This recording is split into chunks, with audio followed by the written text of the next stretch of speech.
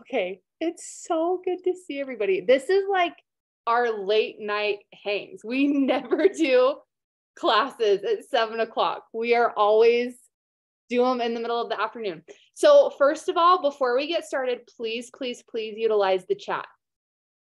You can ask questions in the chat. You can contribute in the chat. You're welcome to raise your hand. You're welcome to add any questions or comments if you feel like you can unmute yourself, because we love to have this be more interactive, but the chat just seems the place that everyone feels most comfortable to go.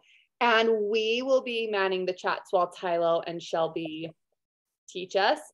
But first of all, Shelby and Tylo, I know very little about what they're going to talk about tonight because Ty sent me like the Canva thing that she's talking about. And I am so excited. And we are so lucky to learn from them. Like, thank you so much for giving us your time. Seriously. So Shelby and Peyton, can you just give us a little rundown of like why this topic of pregnancy and oils and pregnancy and breastfeeding and just the whole pregnancy and bearing children and raising children with oils sparked your interest, and this is like the first thing you guys wanted to talk about? Ty, you want to take it away and then I'll bounce off you? Yeah, absolutely. Well, I think it's really just because like both of us are really in this season right now. We're both pregnant. We're both in our third trimester of pregnancy. And this is just a really almost taboo topic. I feel like this is something that's not talked about a lot. There's not a lot of education that's shared on it. And it's really unfortunate because women don't understand that they can utilize plant medicine in pregnancy just like they can outside of pregnancy. And just, I had my daughter at home. She's 2.5 now, and I didn't realize how much using plant medicine in labor really influenced the whole process of things and how it was such a positive experience. So I just feel like this is such a strong, beautiful topic to share. I 100% agree. For me, I have one little boy that's 2, and then this little girl that's coming here in a couple weeks. The entire process of pregnancy, birth, postpartum recovery affects us on all levels, emotionally, physically, spiritually, and mentally. And for me, essential oils address the body on all of those levels. And I always like joke and say, I've never had a spiritual experience taking an aspirin, but I have with essential oils. And so if I can cover all the bases with that, with no side effects, I'm just like here for it. That's amazing. That's like the best thing I've ever heard. I love what she says about the aspirin. It kills me every time. And I always forget to say that until you say it again. I'm like, gosh, you could like make t-shirts on that or something. So Tylo, I'm going to make you the host now. Just keep an eye out for late comers that like it'll show up that you'll need to admit them. So keep an eye out for that. No, I don't think you will. So if I like randomly pause, you know why I'm trying to figure out how to work Zoom. It's really hard. It's not an easy task. Okay, you should be the host now so you can work everything. Okay, so I'm just going to share my screen with you guys. Does that show up on your side, Sid? Perfect. Okay. All right, so we just made this super awesome guide, and this is a guide that we can send out to you guys afterwards so that you can just utilize this, have something to look back on. We really wanted to set our favorite essential oils that we use in pregnancy into trimesters, because obviously your first trimester, you're super tired. Your second trimester, you're really starting to feel things. And then your third trimester is really about the emotional and getting you spiritually ready for this new baby and this new experience into motherhood. So I'm just going to start with sharing. I'm all about knowing what you're doing, about being fully aware of what you're putting on, in, and around your body. So I wanted to start with sharing like what essential oils are, because we hear about them, people talk about them, but we don't actually know like where they come from. And I feel like that's really important. So roots, seeds, flowers, bark, and shrubs and herbs, they all have a chemical compound. And when we extract that and we distill it, that is how we are allowed to use the most powerful, beneficial oils that God has given us on our planet. And it's something that I just find so powerful. So again, we'll be sending this to you guys. So you can screenshot, you can take notes, or we can just send this to you afterwards. So don't worry about having to make sure you've got all of this down. So a lot of you know the basics, but we're just going to cover them really quickly. So the 3 different ways you can use essential oils. So aromatically through inhalation, when you inhale an essential oil, the molecules of the oil travel to the top of the nerves above your sinuses. And that then sends the odor information to the olfactory bulb in the brain, which communicates directly with our amygdala. So that's the emotional center of our brain. So that's what makes essential oils so powerful for emotions, is because we can pair emotions with smells and we can bring those back in the future. Then we can also use them topically. So we apply them to the skin, and the skin absorbs the oils into the bloodstream. It's fat soluble, so it absorbs super quickly. Some of them can be applied neat. So there's certain essential oils that are super gentle, meaning you don't need to use a carrier oil with them. And others you can combine with a carrier oil like coconut oil or jojoba oil. Starting out, we always recommend to dilute it just to see how your skin reacts to it.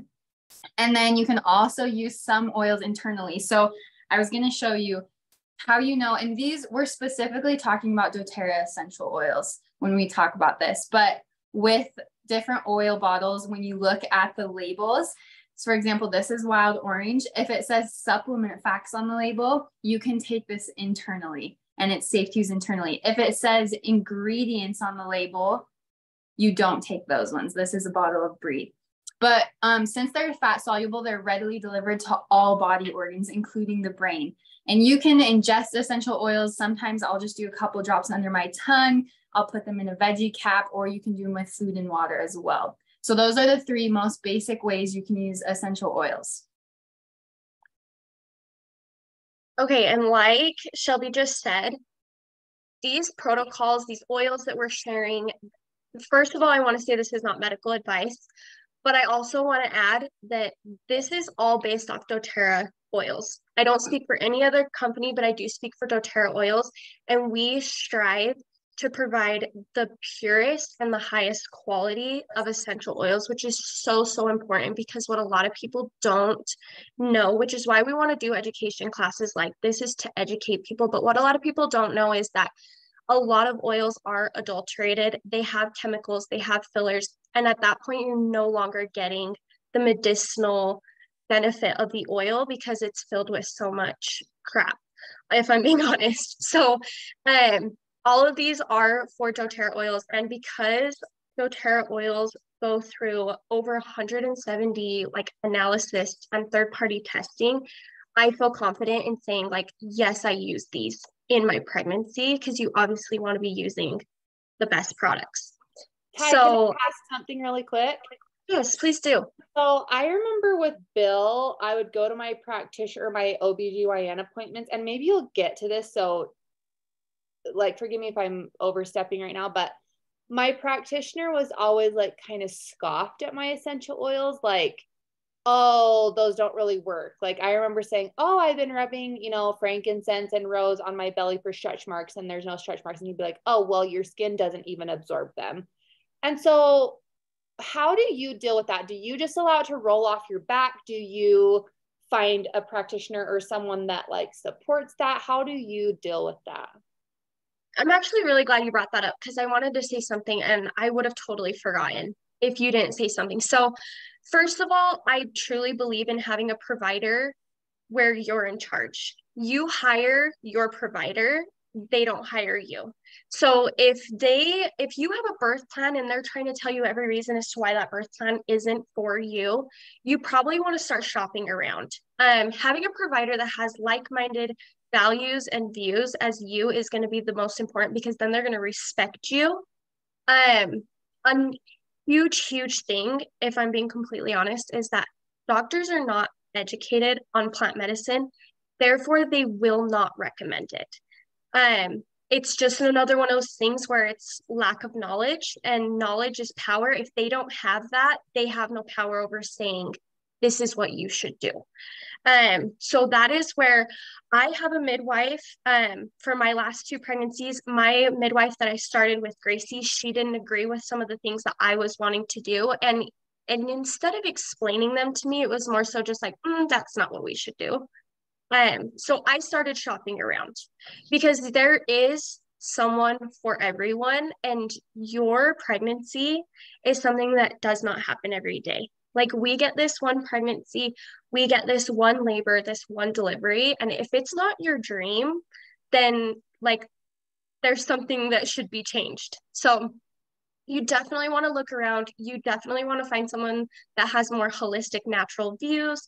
And I also like wanted to mention, because I have this like caution right here of these 2 oils, and this is my midwife's, like, what I've talked to her about too. Like, I make sure. Waiting in the waiting room really quickly. Just make sure, like I just got a message saying we're needing to admit a couple more people, but I don't know if there's anyone waiting in the waiting room. Literally just popped up when you said that. I'm glad you said something. Okay, good. Anyways, keep going. Sorry. Yep, no, you're good. Like I said, you're gonna find people. You just have to find your person, and you do your research. Do your research. Please do your research on everything and anything. Do your research, because like I said, we're gonna get this much out of this much just because not everybody is educated on everything. So take it like a grain of salt, kind of thing. Awesome. Answering my question. Yeah. Diluting your essential oils. So you should always dilute your essential oils, especially if you're starting to use essential oils in pregnancy, just because your skin is a lot more sensitive. I don't know if you notice you get sunburnt more easy, or a lotion that you used before pregnancy is not so much like working with you, things like that. Your skin is just a little bit more sensitive with all the hormones, all of the changes. So you always want to make sure that you dilute. Just because they are the highest quality and the purest essential oils does not mean you don't need to be safe. You obviously need to dilute. And we have a dilution chart at the end too, for if you have questions on diluting. With pregnancy and just starting essential oils in general, you always want to start with a smaller amount. So starting with 1 drop. And then if you feel like you will need 2 or 3 drops, you can always add later, but you always want to start small. Diffusing is probably what I would recommend starting with, just because it's so easy to start a diffuser. And if you realize that Copaiba is not for you that day, you can just turn your diffuser off and you can dump it out and you can try again. So if you get that oil all over you and then you decide that this is not vibing with you, it's going to be a little bit harder to get that smell off of you. So if you're starting with a new oil and you're not so sure about it, always start with diffusing. Also, in pregnancy, you want to be more cautious. Sorry, I'm going to admit these guys. I can't multitask. Like, you think I'd have it figured out, but I don't. It's a little harder than it looks, that's for sure. It is. I would also love to ask anyone on here that's been pregnant and used essential oils. So like Ty, you and Shelby, I know Chelsea just had her baby, anybody. There's so many besties of mine that are pregnant. So if anyone has some good diffuser blends, Chelsea, just put some in the comments. I would love for anyone else to put it in the chat just so I can copy and paste them to my girlfriends.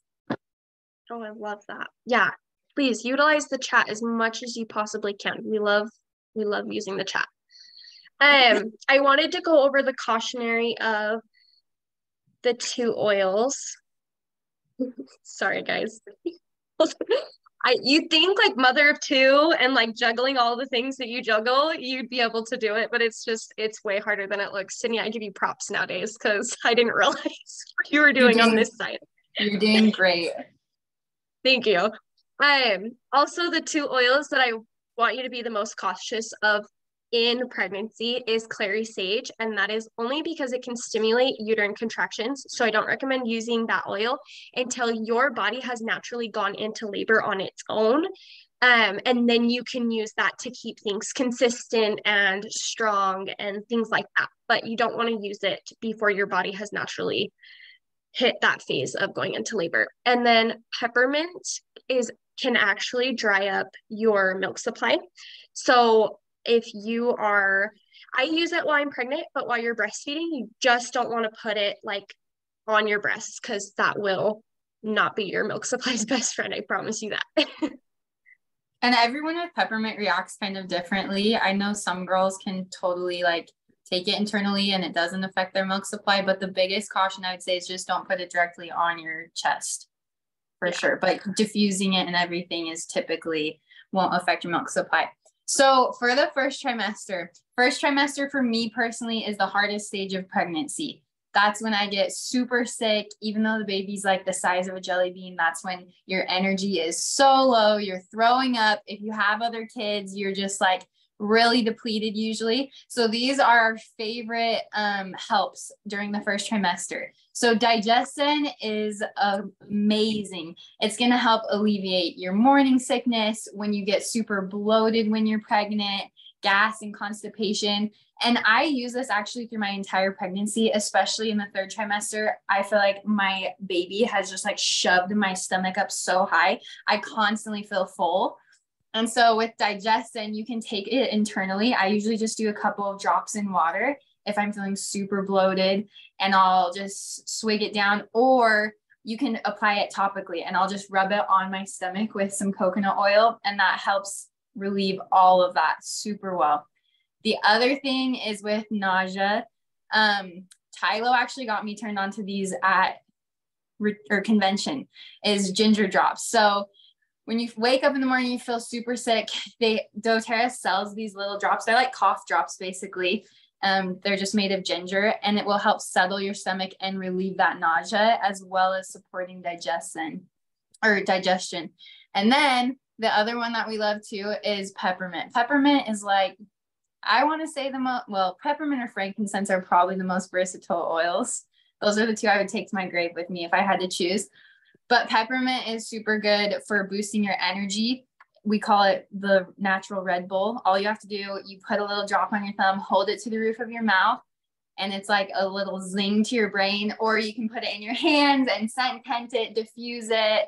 It's amazing. It can relieve headaches in those early stages of pregnancy. I like to just put it up here on my forehead and behind my ears to help relieve headaches. And then that was my game changer for nausea relief, is I would literally carry in my purse, in my car, in my house. I had so many peppermint bottles of essential oils. And whenever I felt like I was going to throw up, I literally just walk around the house smelling it under my nose. And that is like instant nausea relief for me. The other thing that I love about peppermint, it opens your airways. At the beginning of pregnancy, lots of women often will have tons of congestion. So I can diffuse that at night. I also love using Breathe. I'll diffuse that at night. So when I'm laying down, I don't feel like I can't breathe through my nose. It just totally opens up those airways. And the thing that we wanted to say too, is there's tons of oils that these aren't the only oils we use for the first trimester. These are just our key ones because we wanted to keep it simple. But like Sid was saying, if you guys have other things that you use, please like mention them in the group chat. I'm trying to make sure we're not missing any of the I have a question, comments. Shelby. Yes. So for peppermint, I know that it was mentioned on previous slides that it can help induce contractions, like when you're ready for that stage of your pregnancy. So here in the first trimester, would you maybe steer clear from ingesting it or rubbing it on topically, just breathing it in, diffusing it? So it's actually clary sage is the one that will induce or do uterine contractions. Peppermint can drive your milk supply if you apply it directly to your chest once you have milk. Got it. So you can get peppermint pretty good in the first trimester then. Yeah, that should be totally fine. Cool. Totally. Yeah. Do you have anything to add to that, Ty, for the first trimester with those oils? I don't. I think you covered that so perfectly. Like, I just have to laugh because Shelby and I were like in our first trimester, so sick and dying at convention. And every day on the way to convention, we were just sitting in the back seat trying not to die, holding our peppermint on our nose. Like, I'll never forget that. I remember that too. And then Whitley said for the first trimester, she loves eating grapefruit over and over, and it helped a ton. She doesn't know the science behind it, but she's telling us eat grapefruit. Grapefruit is another great one. I love that. Okay, for your second trimester, so hopefully by this point you've gotten over the nausea and like the fatigue of like you can't even open your eyes. and your body's starting to change. So you're starting to get those stretch marks, your skin's starting to stretch, your muscles are starting to ache a little bit. And that's why I chose these 3 oils for this. So helichrysum is such an important oil to have in general because it's literally first aid in a bottle. So it can actually help stop bleeding. So that's why I feel like it's just such a good one to have around, like when you're in labor, just in case of like postpartum hemorrhaging, you have like that first aid in a bottle right there. So it just eases a lot of that nervousness. But it's also so incredible for your skin. So it's really good in just supporting that skin and its stretching so you're not getting stretch marks. Mommy. I have to mute someone. Sorry, guys. It's really so good for your skin. So that's a good one to have when your body is starting to stretch and starting to move and adjust. Your hips are starting to adjust. Another one that I didn't add to this was yarrow. Yarrow is incredible for those stretch marks and just to put on your stomach as well for stretching and things like that. Then we have copaiba. So copaiba naturally calms the nervous system. So if you're starting to get that like anxious at night, I don't know why, but during the second trimester is when I'm starting to like plan for labor. And so I start getting those like anxious, all those emotions at night. And so I tend to not be able to sleep very well. So copaiba, you can do a couple of drops under your tongue. You can diffuse it. You can put it on the bottoms of your feet to really help just calm down those anxious feelings. It helps support a healthy inflammatory response and it soothes sore and tired muscles. So that's another one you can put on your back pain. You can put it on your achy legs. I really like to add it to my baths because water actually drives oils. So when you put oils on before the shower or the bath, or you put them in your bath, they're actually going to absorb into your skin a lot faster and a lot better. So I like to add copaiba to my baths when I'm just in that, like when you're starting to get big and everything hurts. And then deep blue. So deep blue is our natural icy hot. We actually have the deep blue stick. I thought I brought it up here, but I just saved it. The deep blue stick actually has deep blue infused with copaiba, and it's so convenient to keep next to like your bed, and that way you can help like rub it on your sore hips, your sciatica, achy feet, knees, anything that's kind of starting to really get inflamed and irritated. This is like my number one go-to for that. But I also wanted to mention that not only do we have the oil, but we have the lotion, and then we also have these deep blue polyphenol complex. These are soft gel.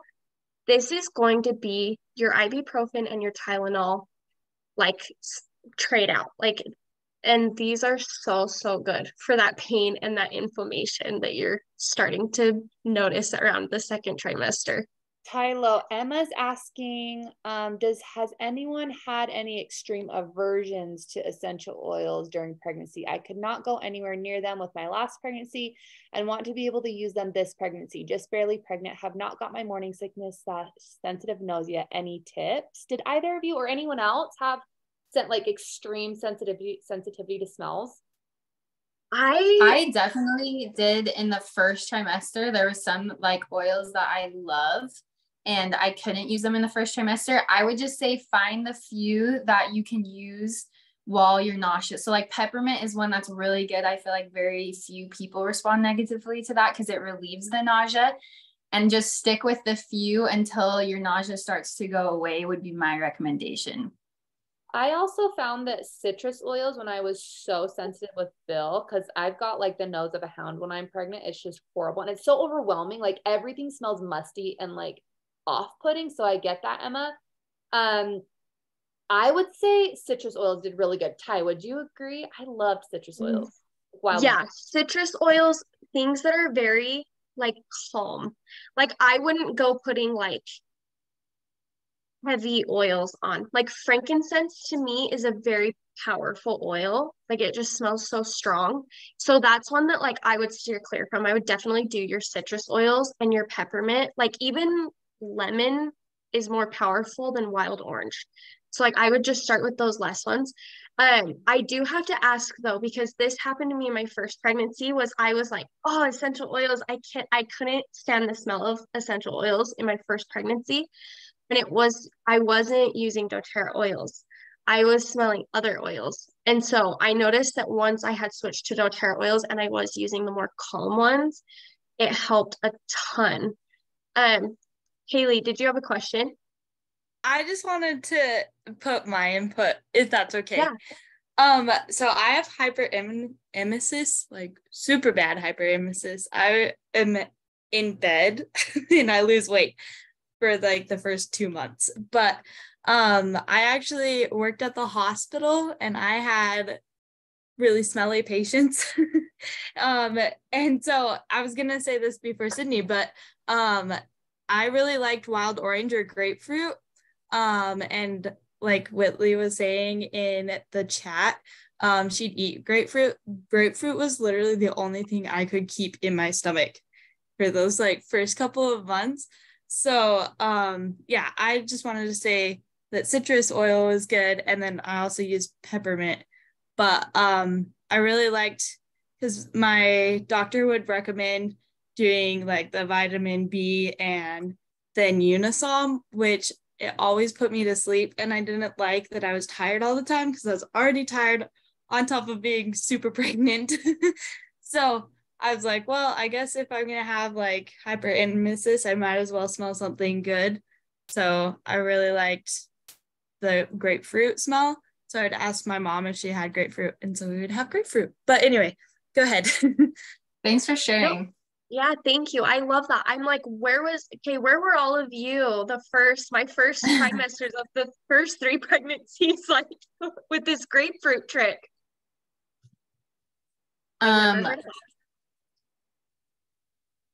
Marissa's saying that she had some aversions from her last pregnancy and she loves spearmint and cinnamon this time around. That's cool. I love that too. The other thing I was going to touch on, Tyler, when you were talking about helichrysum, I have a midwife and she likes to use helichrysum diluted for like a lubricant when the baby is crowning, which is super cool because it prevents like hemorrhaging and bleeding, and it can help stretch out those tissues to prevent tearing. So I thought that was super cool when she shared that with me. Yeah, I love that. Yeah. So actually, Shelby and I are going to put together like a graphic of just like a couple of recipes that we'll send out to everyone who was on this afterwards. But there's going to be a couple of different recipes, but like that's like the perennial spray and like things like that for afterwards. Like I love that there's so many different ways that you can use just one oil.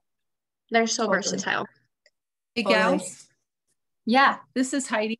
One thing after your baby is born, make sure that you have a bottle of frankincense with you, and you put the 1 drop or 2 drops on the top of the crown of the head of the baby when the baby comes out. Yeah, we're going to talk about that. I'm so excited to do that this time. No, I love that you shared that. I've heard such cool things about that.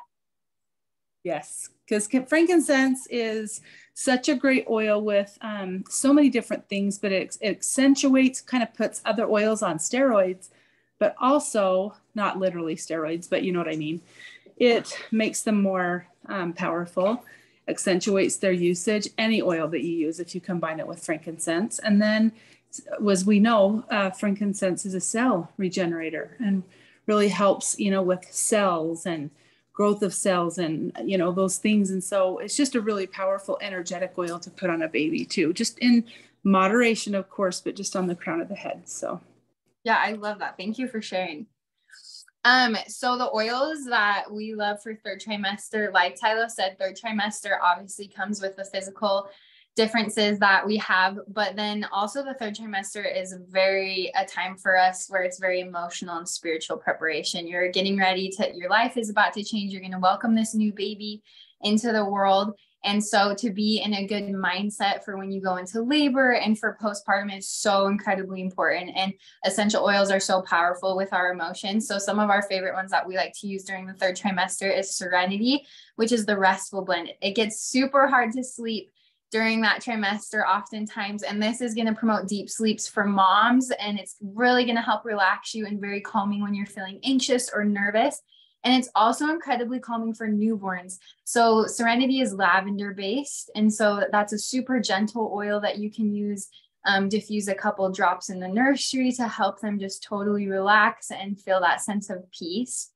My favorite oil for emotional support during pregnancy is Balance, which is the grounding blend.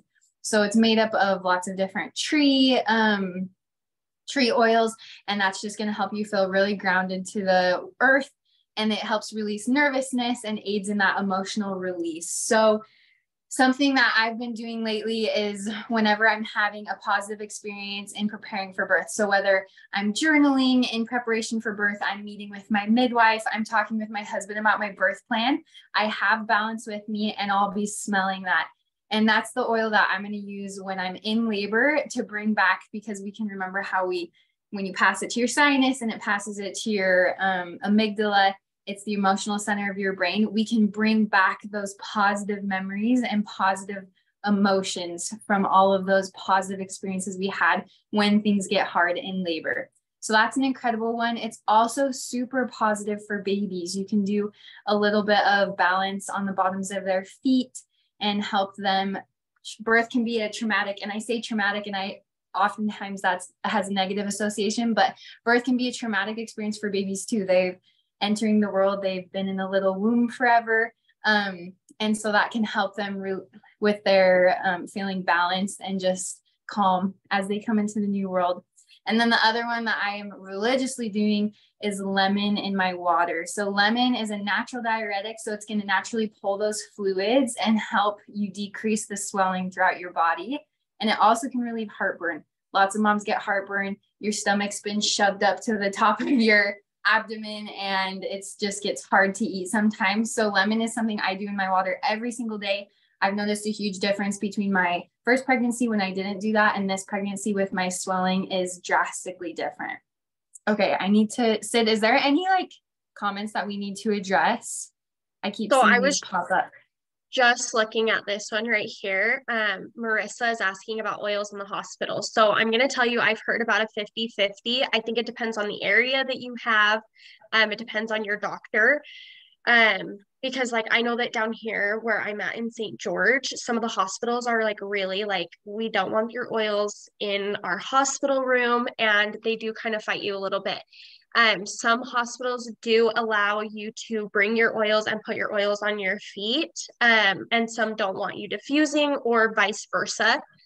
So that is where you really just have to talk to your doctor, just ask about their policies, what they will allow you to do.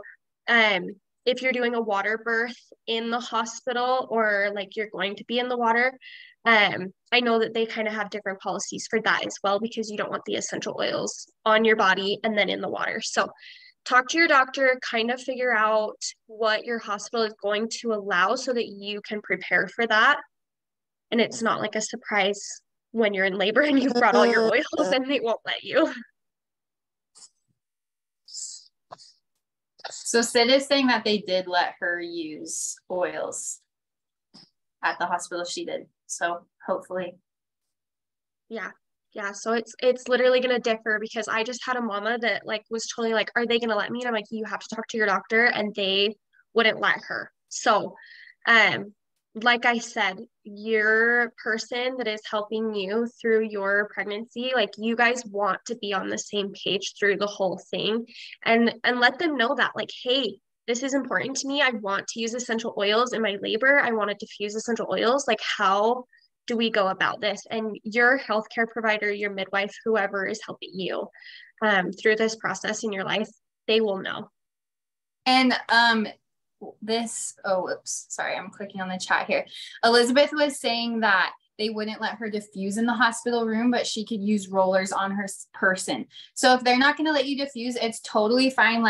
I would just bring a bottle and just open it and smell it myself. So it's not affecting everyone in the room if that's their reasoning, but you can totally use things on your own person, even if they don't let you diffuse.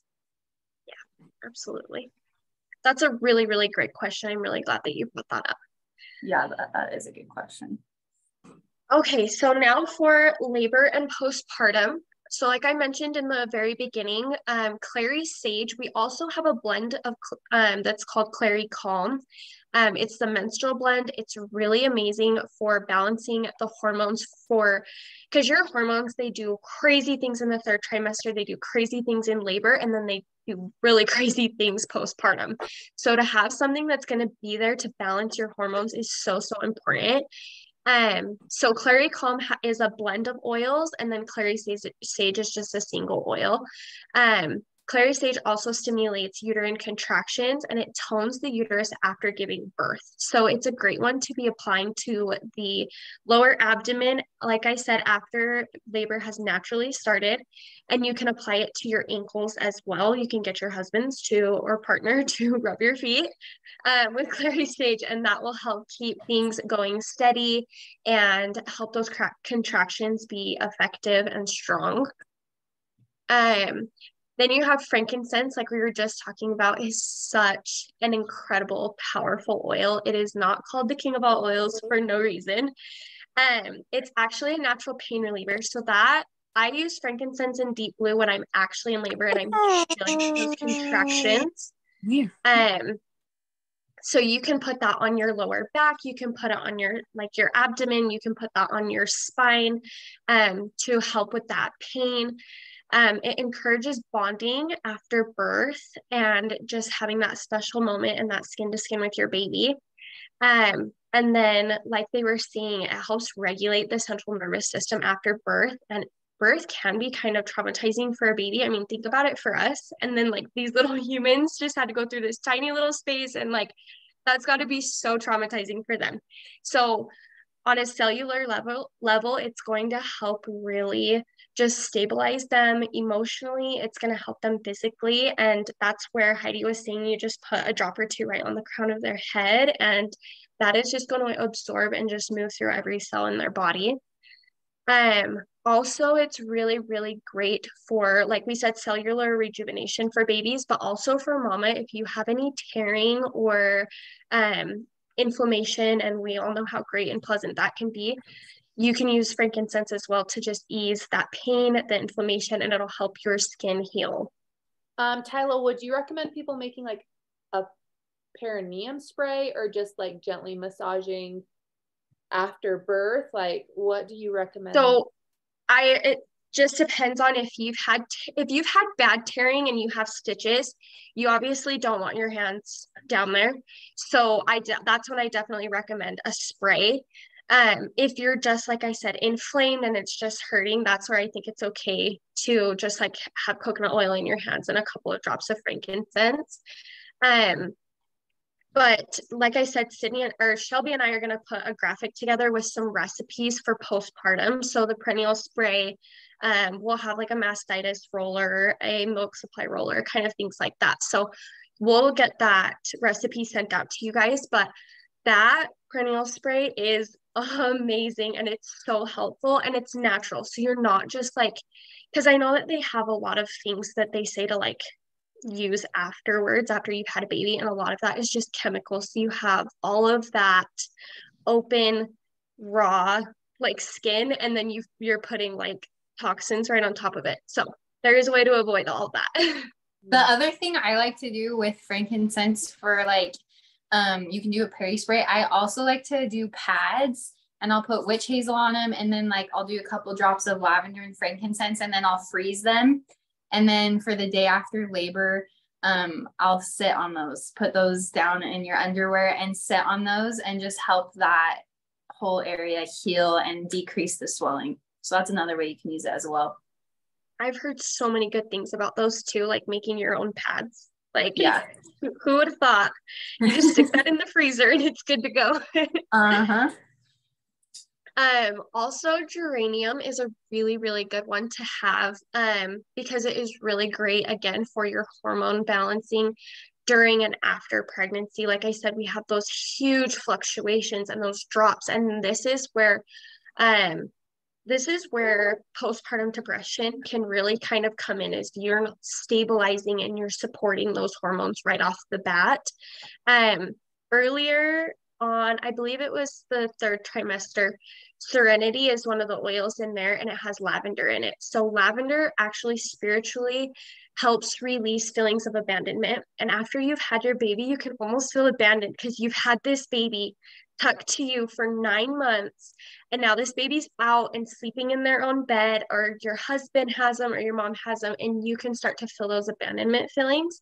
And that also again can start triggering postpartum depression. So having oils that help balance those hormones right afterwards is going to really give you the upper hand if you struggle with postpartum depression. Also, geranium helps break down bilirubin, which is where like how babies get jaundice, because their liver is really trying to start functioning. They have higher red blood cells. So geranium is really good for that if you've had previous issues with jaundice babies or it's something you're worried about. Geranium's a good one to have on hand. And then myrrh, if it's combined with clary sage, it can actually get labor flowing again. So when this is where like it can kind of get complicated, because when you're having those love hormones and labor is going so smoothly, everything's feeling so great, and then all of a sudden fear comes in, or you're not feeling supported, or something falls back, it can actually stall your labor. So myrrh and clary sage together can actually start getting things flowing again if something has kind of slowed down or stopped. It can be applied to the abdomen to assist baby in changing positions as well if baby's like not turning properly, or you're kind of having issues with that. Myrrh is actually really good for skin healing as well. It's one that I have been putting on my stretch marks and things in my stomach as it's stretching. So it can help heal that umbilical cord, and it can also help with any tearing as well. You can add that with frankincense. Is anyone keeping up with these chats? I'm like, Yeah, seeing them. I was just gonna say, Tavia was asking about using using geranium for jaundice. So if you just apply it in a roller, so yeah, that helps break down the bilirubin in the body, which is what causes that yellow. So like Sid was saying, yeah, put a few drops in a roller, fill it with carrier oil, and then you can rub it on your little baby. And you can do that feet and spine to help get it. Totally. And the other thing Sid mentioned too was adaptive soft gels for postpartum anxiety, which is so amazing. I feel like so many times I just had a friend and she went in and she was just tired and emotional, and her doctor immediately was like, let's put you on antidepressants. And that's needed at times, but there's so many other options that are natural without side effects that we can utilize first. And adaptive soft gels will be amazing for anyone to just start out with if you're having any sort of postpartum depression, anxiety, anything like that. What oil did you guys say for bilirubin again? Sorry. Geranium. Oh, thank you. Helps break down the bilirubin. I'm also going to add, I know it's like we literally couldn't fit everything we wanted to on here, or we would have you guys here all night long. But I also wanted to add ylang ylang is incredible for supporting that postpartum depression as well. It's really, really great on the emotions, the hormones, your energy, everything. And it's crazy because I've never super loved ylang ylang. And for some reason in this pregnancy, I have been like obsessed with it. It's been like hooked to my hip lately. But that one's a really, really good one to have on hand as well if you've struggled in the past with postpartum depression. Totally. Okay, Ty, it's crazy what your body will tell you what it needs during pregnancy, like what you're drawn to. I think that's so interesting about your ylang ylang. Your nose knows. And I will always stick to that. Like your body, yes, your body knows. Your body, like it will whisper signs before anything physical will come up. So if you just listen. Use your intuition, 100%. So this, if you guys want to screenshot this, we can send this out with the recipe guide as well, though. This is just a pregnancy newborn dilution chart. The other thing I would like to say too is like use your intuition with this. I would always start by diluting.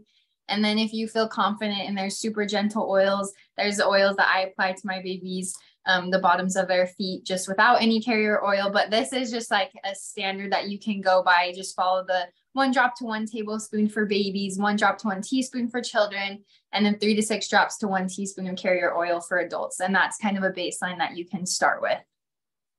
So okay, does anyone else, that's kind of what we did. There's so much we could go into, but we wanted to keep it like, we don't want to have you here for 3 hours. We know you have families to get to.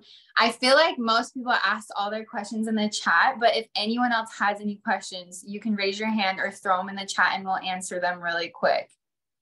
I have a question really quickly. Yeah. So with Bill, I use Lifelong Vitality as my prenatal. I was just wondering if you guys have seen like better prenatals, and it's totally okay if you say that, you know, Lifelong Vitality isn't the best one, but just curious if you guys researched it for your prenatals or if you found that another one was better. For me, I've had people take the Lifelong Vitality Pack to their OB and be like, what do you think about this? And work with them on that. And I know many OBs that have been like, this is great. And you can also add folate if you want. But I think it just depends kind of on your OB. Every person that I've talked to, pregnant lady that has used Lifelong Vitality, has had really powerful, good experiences with it. Okay. Good to know. I personally struggled to get it down. I struggle with prenatals so bad while I'm pregnant, and I really struggled to get it down. So I'm taking, it's a really amazing brand. It's called New Chapter. That's what I'm taking for my prenatal. I really tried to take the Lifelong Vitality Pack, and my midwife was like, it's an amazing source of vitamins for pregnancy, but I just could not keep it down. So there is alternatives. Because there were so many pills, like you have to take 4 of each. And see, and I was only taking 2 of each, but it was just, my body just struggles. I went through it with Clayton and with Gracie. Like, I hardly took prenatals with both of them because I just struggle with keeping vitamins down while I'm pregnant. Okay.